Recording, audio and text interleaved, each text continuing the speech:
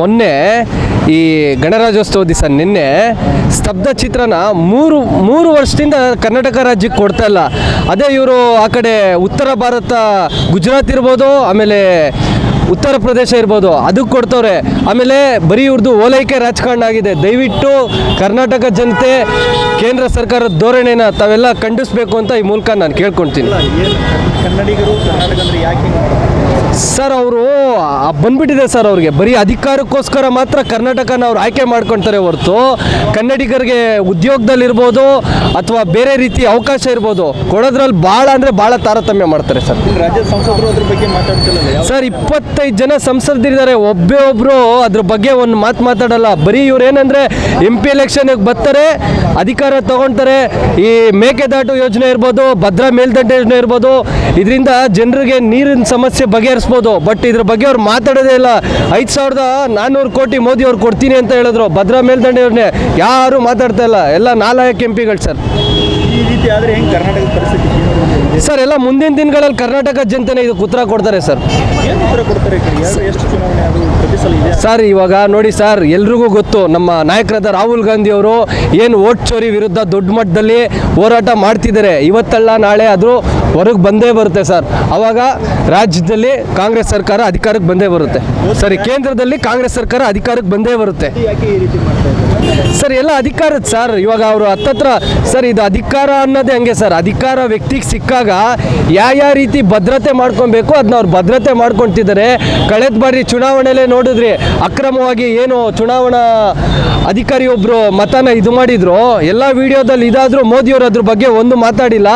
ಮುಂದಿನ ದಿನಗಳಲ್ಲಿ ಇದೇನಿದು EVM ಇದೆ ಅದನ್ನ ತೆಗೆದುಬಿಟ್ಟು ಮಾಮೂಲಿ ಮುಂಚಿತ ಥರ ಬ್ಯಾಲೆಟ್ ಪೇಪರ್ ಬಂದರೆ ಖಡಖಂಡಿತವಾಗಿ ಕೇಂದ್ರದಲ್ಲೂ ಬರುತ್ತೆ, ಎಲ್ಲ ರಾಜ್ಯದಲ್ಲೂ ಕಾಂಗ್ರೆಸ್ ಸರ್ಕಾರ ಅಧಿಕಾರಕ್ಕೆ ಬರುತ್ತೆ ಅಂತ ಈ ಮೂಲಕ ನಾನು ಮುಗಿಸ್ತೀನಿ ಸರ್. ಮೊನ್ನೆ ಈ ಗಣರಾಜ್ಯೋತ್ಸವ ದಿವಸ ನಿನ್ನೆ ಸ್ತಬ್ಧ ಚಿತ್ರನ ಮೂರು ವರ್ಷದಿಂದ ಕರ್ನಾಟಕ ರಾಜ್ಯಕ್ಕೆ ಕೊಡ್ತಾ ಇಲ್ಲ. ಅದೇ ಇವರು ಆ ಕಡೆ ಉತ್ತರ ಭಾರತ ಗುಜರಾತ್ ಇರ್ಬೋದು, ಆಮೇಲೆ ಉತ್ತರ ಪ್ರದೇಶ ಇರ್ಬೋದು, ಅದಕ್ಕೆ ಕೊಡ್ತವ್ರೆ. ಆಮೇಲೆ ಬರೀ ಇವ್ರದ್ದು ಓಲೈಕೆ ರಾಜಕಾರಣ ಆಗಿದೆ. ದಯವಿಟ್ಟು ಕರ್ನಾಟಕ ಜನತೆ ಕೇಂದ್ರ ಸರ್ಕಾರದ ಧೋರಣೆನ ತಾವೆಲ್ಲ ಖಂಡಿಸಬೇಕು ಅಂತ ಈ ಮೂಲಕ ನಾನು ಕೇಳ್ಕೊಳ್ತೀನಿ. ಕನ್ನಡಿಗರು ಕರ್ನಾಟಕ ಅಂದರೆ ಯಾಕೆ ಸರ್? ಅವರು ಬಂದ್ಬಿಟ್ಟಿದೆ ಸರ್, ಅವ್ರಿಗೆ ಬರೀ ಅಧಿಕಾರಕ್ಕೋಸ್ಕರ ಮಾತ್ರ ಕರ್ನಾಟಕನ ಅವ್ರು ಆಯ್ಕೆ ಮಾಡ್ಕೊಳ್ತಾರೆ ಹೊರತು ಕನ್ನಡಿಗರಿಗೆ ಉದ್ಯೋಗದಲ್ಲಿರ್ಬೋದು ಅಥವಾ ಬೇರೆ ರೀತಿ ಅವಕಾಶ ಇರ್ಬೋದು ಕೊಡೋದ್ರಲ್ಲಿ ಭಾಳ ಅಂದರೆ ಭಾಳ ತಾರತಮ್ಯ ಮಾಡ್ತಾರೆ ಸರ್. ರಾಜ್ಯದ ಸಂಸದರು ಅದ್ರ ಬಗ್ಗೆ ಮಾತಾಡ್ತಿಲ್ಲ ಸರ್. 25 ಜನ ಸಂಸದರಿದ್ದಾರೆ, ಒಬ್ಬೊಬ್ಬರು ಅದ್ರ ಬಗ್ಗೆ ಒಂದು ಮಾತಾಡಲ್ಲ. ಬರೀ ಇವ್ರು ಏನಂದರೆ MP ಎಲೆಕ್ಷನ್ಗೆ ಬರ್ತಾರೆ, ಅಧಿಕಾರ ತಗೊಳ್ತಾರೆ. ಈ ಮೇಕೆದಾಟು ಯೋಜನೆ ಇರ್ಬೋದು, ಭದ್ರಾ ಮೇಲ್ದಂಡೆ ಯೋಜನೆ ಇರ್ಬೋದು, ಇದರಿಂದ ಜನರಿಗೆ ನೀರಿನ ಸಮಸ್ಯೆ ಬಗೆಹರಿಸ್ಬೋದು. ಬಟ್ ಇದ್ರ ಬಗ್ಗೆ ಅವ್ರು ಮಾತಾಡೋದೇ ಇಲ್ಲ. 5400 ಕೋಟಿ ಮೋದಿ ಅವ್ರು ಕೊಡ್ತೀನಿ ಅಂತ ಹೇಳಿದ್ರು. ಭದ್ರಾ ಮೇಲ್ದಂಡೆ ಯೋಜನೆ ಯಾರು ಮಾತಾಡ್ತಾ ಇಲ್ಲ, ಎಲ್ಲ ನಾಲಾಯಕ MP ಸರ್. ಈ ರೀತಿ ಆದರೆ ಹೆಂಗೆ ಕರ್ನಾಟಕದ ಪರಿಸ್ಥಿತಿ ಸರ್? ಎಲ್ಲ ಮುಂದಿನ ದಿನಗಳಲ್ಲಿ ಕರ್ನಾಟಕ ಜನತೆನೇ ಇದಕ್ಕೆ ಉತ್ತರ ಕೊಡ್ತಾರೆ ಸರ್. ಏನು ಉತ್ತರ ಕೊಡ್ತಾರೆ?